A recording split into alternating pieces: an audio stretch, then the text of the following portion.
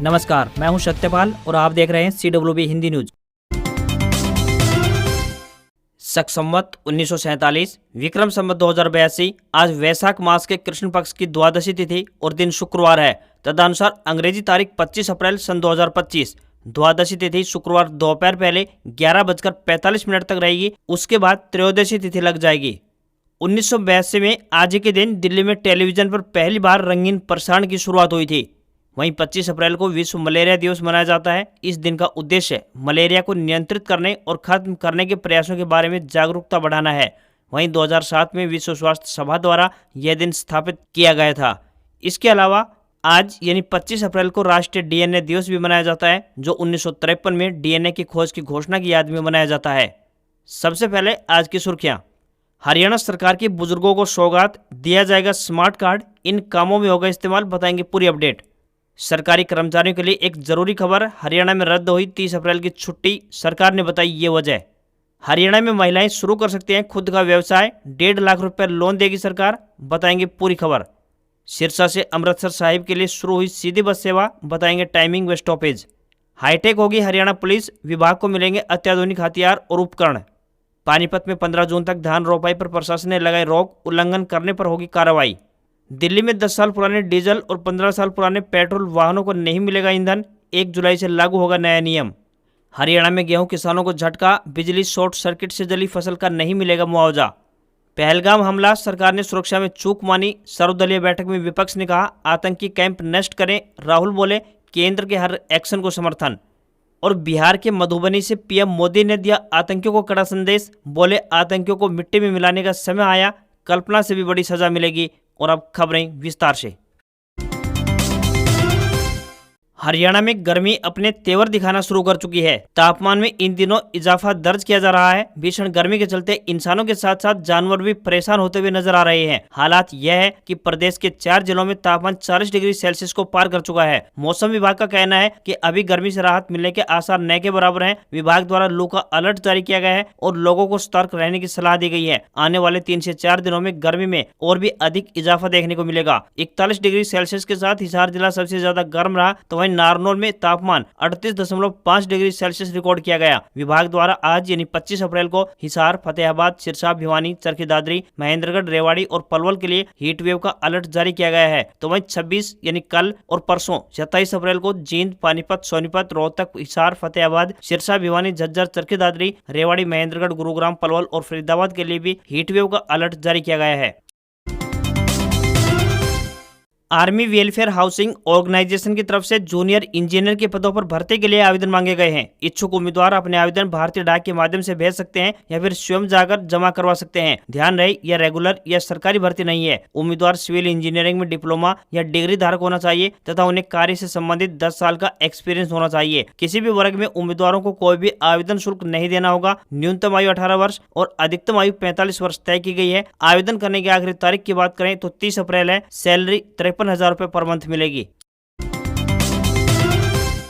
Haryana police अब और hi tech होगी। पुलिस को अत्याधुनिक हथियार और उपकरण मिलेंगे। इनकी खरीद के लिए 22.09 करोड़ रुपए की मंजूरी मिल गई है। हरियाणा गृह विभाग के अतिरिक्त मुख्य सचिव डॉक्टर सुमिता मिश्रा की अध्यक्षता में राज्य स्तरीय अधिकार प्राप्त समिति की बैठक में पुलिस बल के आधुनिकीकरण की योजनाओं की समीक्षा की गई। बैठक में ADGP AS ढिल्लो और HS दून के अलावा अन्य वरिष्ठ अधिकारीगण मौजूद रहे। बैठक में डॉक्टर सुमिता मिश्रा ने कहा कि पुलिस को तकनीकी रूप से मजबूत बनाने का मकसद अपराध की रोकथाम और जाँच में पारदर्शिता और तेजी है। बैठक में मंजूर बजट से मशीन गन, आधुनिक पिस्टल सहित दूसरे तमाम तरह के हथियार और अपराधी की छवि और वीडियो के साथ चेहरे की तुलना कर पहचानने वाले उपकरण की खरीद की जाएगी। साथ ही फोरेंसिक विज्ञान प्रयोगशाला में प्रयोग होने वाले आधुनिक उपकरण, हाईटेक संचार व सुरक्षा सिस्टम के अतिरिक्त crime and criminal tracking network and system और पुलिस प्रशिक्षण में शामिल उपकरण की खरीद की जाएगी। इन आधुनिक उपकरणों के संचालन को समझाने के लिए डोमेन सलाहकारों को भी लगाया जाएगा।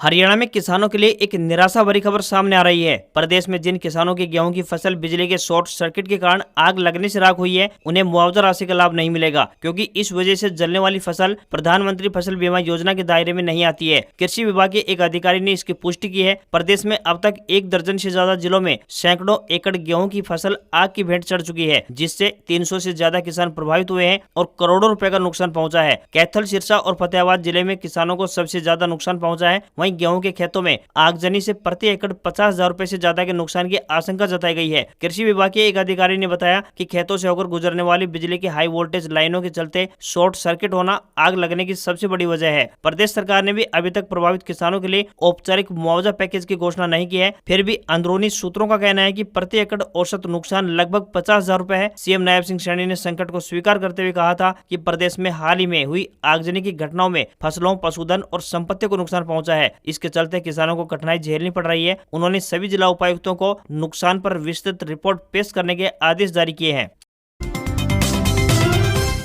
हरियाणा में सरकारी कर्मचारियों के लिए एक जरूरी खबर सामने आई है। मिली जानकारी के अनुसार प्रदेश सरकार ने अक्षय तृतीया का अवकाश रद्द कर दिया है। अब 30 अप्रैल को सभी सरकारी स्कूल और ऑफिस खुलेंगे। इससे पहले राज्य सरकार की ओर से अक्षय तृतीया को राजपत्रित अवकाश की लिस्ट में शामिल किया गया था। मुख्य सचिव अनुराग रस्तोगी की ओर से नोटिफिकेशन जारी कर अवकाश रद्द होने की सूचना दे दी गई है। मुख्यमंत्री नायब सिंह सैनी के इस पत्र में लिखा है कि दिनांक 26 दिसंबर 2024 को जारी सरकारी नोटिफिकेशन में आंशिक संशोधन किया गया है। इस संशोधन के तहत 30 अप्रैल 2025 को अक्षय तृतीया के लिए घोषित राजपत्रित अवकाश वापस लिया जाता है, क्योंकि यह अनजाने में लिखा गया था। ऐसे में अब 30 अप्रैल को प्रदेश के सभी सरकारी स्कूल और कार्यालय खुले रहेंगे।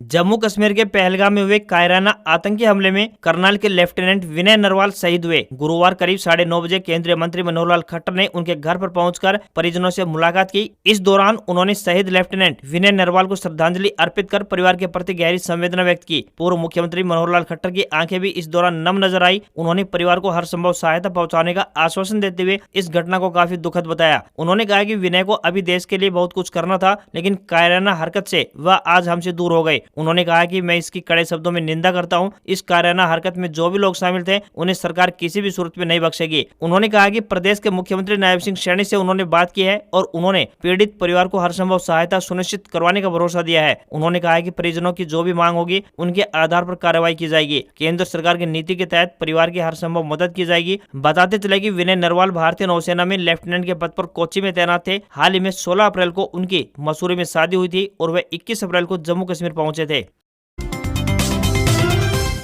हरियाणा के पानीपत जिले में प्रशासन ने 15 जून तक धान की रोपाई करने पर रोक लगा दी है। इस बारे में जानकारी देते हुए डीसी वीरेंद्र दहिया ने बताया कि अगर कोई भी किसान 15 जून से पहले धान की रोपाई करता हुआ पाया जाता है तो उनके खिलाफ सख्त कार्रवाई अमल में लाई जाएगी। संबंधित विभाग उनकी फसल को भी नष्ट कर सकता है और इसका खर्च भी किसान से लिया जाएगा। सरकार द्वारा भूजल बढ़ाने के प्रयास में ये पाबंदियां लगाई जा रही है। ग्राम सचिव, पटवारी और कृषि अधिकारी की संयुक्त टीमों को पुलिस बल के द्वारा संबंधित खेतों में पहुंचकर फसल को नष्ट करवाने की हिदायत दी गई है। डीसी ने जानकारी दी कि जिले में लगभग 90,000 हेक्टेयर की जमीन पर धान की रोपाई और बिजाई होती है। किसानों को हिदायत दी जाती है कि 15 जून तक धान की रोपाई न करें। जो भी किसान इन मामलों में उल्लंघन करते हुए पाए जाते हैं तो उन पर जुर्माना लगाने और सजा देने का प्रावधान है। समय से पहले धान की रोपाई जल संकट को बढ़ाने का काम कर रही है। डीसी ने सभी किसानों से अपील करते हुए कहा कि किसान नैतिकता के तौर पर 15 जून के बाद ही खेतों में धान की रोपाई के लिए पानी छोड़ें।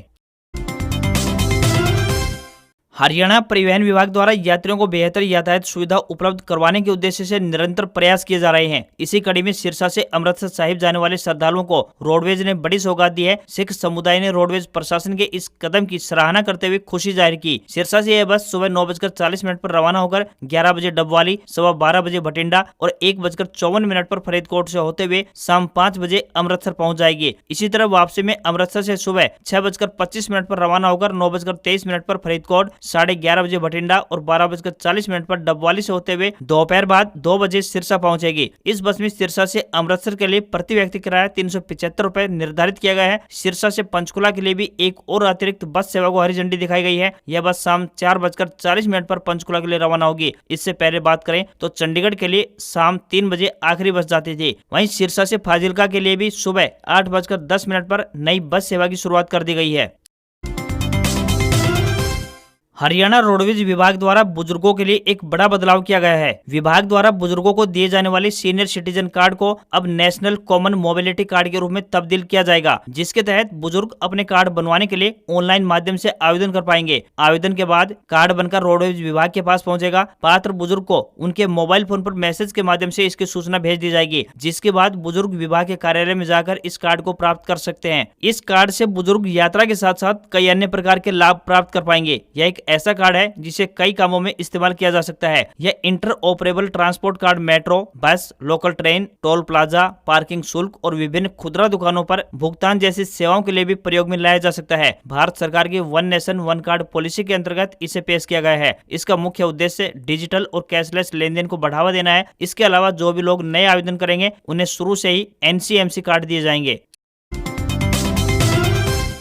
हरियाणा की साइबर सिटी गुरुग्राम से राजस्थान की पिंक सिटी जयपुर के बीच सफर करने वाले लोगों के लिए एक अच्छी खबर सामने आ रही है। अब उन्हें इस दूरी को तय करने में 4 घंटे नहीं बल्कि 2 से ढाई घंटे का समय लगेगा। इसके लिए राजस्थान में बांदीकुई से जयपुर तक एक्सप्रेसवे का निर्माण कार्य अगले महीने के आखिरी तक पूरा कर लिया जाएगा। जून महीने से इस एक्सप्रेसवे को चालू करने का लक्ष्य रखा गया है। 67 किलोमीटर लंबी 4 लेन एक्सेस कंट्रोल एक्सप्रेसवे पर 125 किलोमीटर प्रति घंटा की स्पीड से वाहन दौड़ सकेंगे। इससे बांदीकुई से जयपुर की दूरी मात्र 30 मिनट में पूरी होगी, जबकि वर्तमान में बात करें तो 1 घंटे से अधिक समय लगता है। इस एक्सप्रेसवे के चालू होने पर गुरुग्राम से जयपुर जाने के लिए 2 बेहतर मार्ग मिल जाएंगे। फिलहाल जयपुर जाने के लिए अधिकतर लोग दिल्ली जयपुर हाईवे यानी NH48 का इस्तेमाल करते हैं। बांदीकुई जयपुर एक्सप्रेसवे चालू होने के बाद ज्यादातर वाहन चालक खास करके दिल्ली की ओर से आने वाले दिल्ली मुंबई एक्सप्रेसवे से होते हुए जयपुर पहुंचेंगे। उन्हें इस रूट से सफर करने पर तकरीबन 2 घंटे तक के समय की बचत होगी। तो वहीं दिल्ली मुंबई एक्सप्रेसवे का निर्माण किया जा रहा है। 1380 किलोमीटर लंबे इस एक्सप्रेसवे के गुरुग्राम से रणथंभौर तक के हिस्से को विधिवत रूप से चालू किया जा चुका है।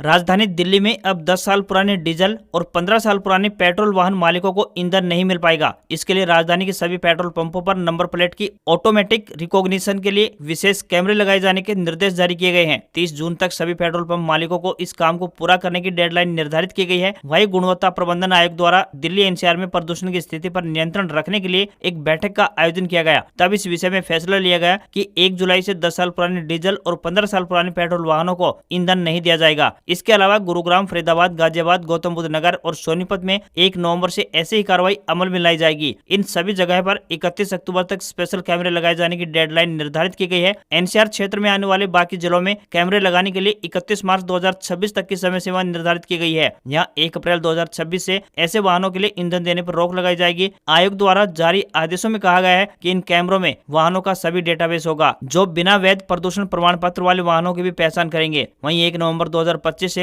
राष्ट्रीय राजधानी में BS6 मानकों से नीचे के सभी पेट्रोल और डीजल वाहनों पर चलने वाले गैर जरूरी कमर्शियल वाहनों की एंट्री बैन हो जाएगी। इसमें केवल उन वाहनों को छूट दी जाएगी जो खाद्य सामग्री, दवाइयां या अन्य जरूरी सेवाएं लेकर दिल्ली में प्रवेश करते हैं। उनके लिए अगले साल 31 अक्टूबर तक की छूट दी गई है।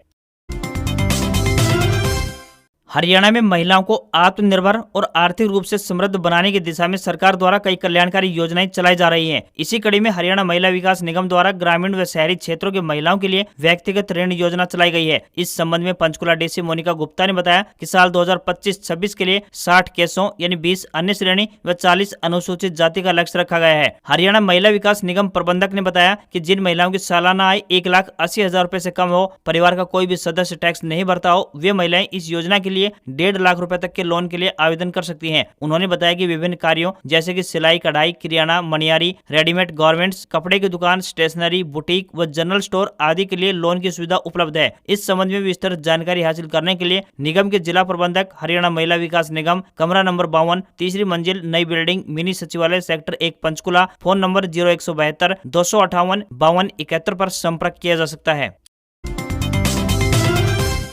केंद्र सरकार ने माना कि पहलगाम हमले में सुरक्षा में चूक हुई है। सर्वदलीय बैठक के बाद संसदीय कार्य मंत्री किरेन रिजिजू ने बताया कि IB और गृह मंत्रालय के अधिकारियों ने एक मीटिंग में विपक्षी नेताओं को सुरक्षा में हुई चूक के बारे में जानकारी दी। इस दौरान विपक्ष ने कहा कि वे सरकार के साथ हैं। विपक्षी सांसदों ने आतंकी कैंपों को नष्ट करने की मांग की, कहा कि सरकार आतंक के खिलाफ कड़े कदम उठाए। सर्वदलीय बैठक के बाद राहुल गांधी ने बताया कि हर एक्शन पर सरकार को पूरा सपोर्ट है। सर्वदलीय बैठक 2 घंटे चली। बैठक में पहलगाम हमले में मारे गए लोगों की आत्मा की शांति के लिए 2 मिनट का मौन रखा गया। राहुल गांधी शुक्रवार को कश्मीर के अनंतनाग जाएंगे, वहां हमले में घायल हुए लोगों से मिलेंगे। भारत सरकार के जल संसाधन मंत्रालय के सचिव देवाशीष मुखर्जी ने पाकिस्तान को पत्र भेजकर सूचित किया है कि 1960 की सिंधु जल संधि को तत्काल प्रभाव से स्थगित कर दिया गया है। भारत ने गुरुवार दोपहर INS सूरत युद्धपोत से मिसाइल की टेस्टिंग की है। टेस्टिंग सफल रही। सतह से समुद्र पर हमला करने का सफल परीक्षण भी किया गया। वहीं वायुसेना ने युद्धाभ्यास शुरू कर दिया है। इसे आक्रमण नाम दिया गया है। इसमें अंबाला हरियाणा और हासीमारा पश्चिम बंगाल के 2 राफेल स्क्वाड्रन हिस्सा लेंगे। वहीं रूसी मीडिया यानी रशिया टुडे RT ने मौजूदा हालातों को देखते हुए दावा किया है कि भारत कुछ बड़ा करने वाला है।